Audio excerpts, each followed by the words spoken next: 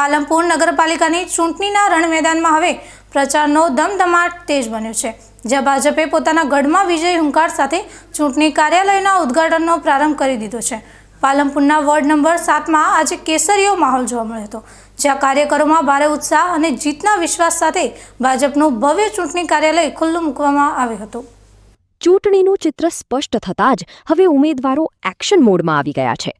પાલનપુરના ward number 7ની વાત કરીએ તો અહીં ભાજપની મજબૂત પેનલના 4 રત્નો નાગજીભાઈ દેસાઈ, સાગર જાની, રેખાબહેન જાદવ અને રીનાબહેન ઠાકોર મેદાનમાં છે।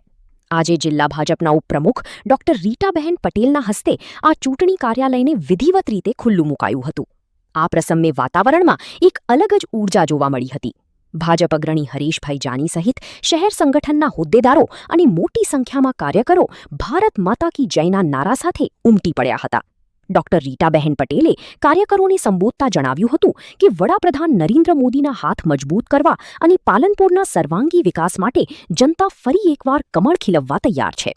પાલનપુર ખાતે વોર્ડ નંબર 7માંથી રેખાબેન, રીનાબેન, નાગજીભાઈ અને સાગરભાઈ ઊભા રહ્યા છે।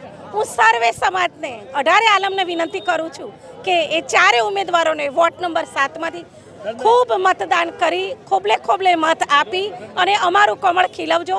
ભારતીય જનતા પાર્ટી શ્રી PM મોદી સાહેબે ખૂબ સારું કાર્ય દેશ માટે કર્યું છે, ગુજરાત માટે કર્યું છે। દરેક વસ્તુની જે એમણે વાયદા કર્યા હતા, અયોધ્યા મંદિર 370, એ દરેક જે પણ એમણે વાયદા કર્યા એ બધા એમણે પ્રધાનમંત્રી બન્યા પછી પૂરા કર્યા છે।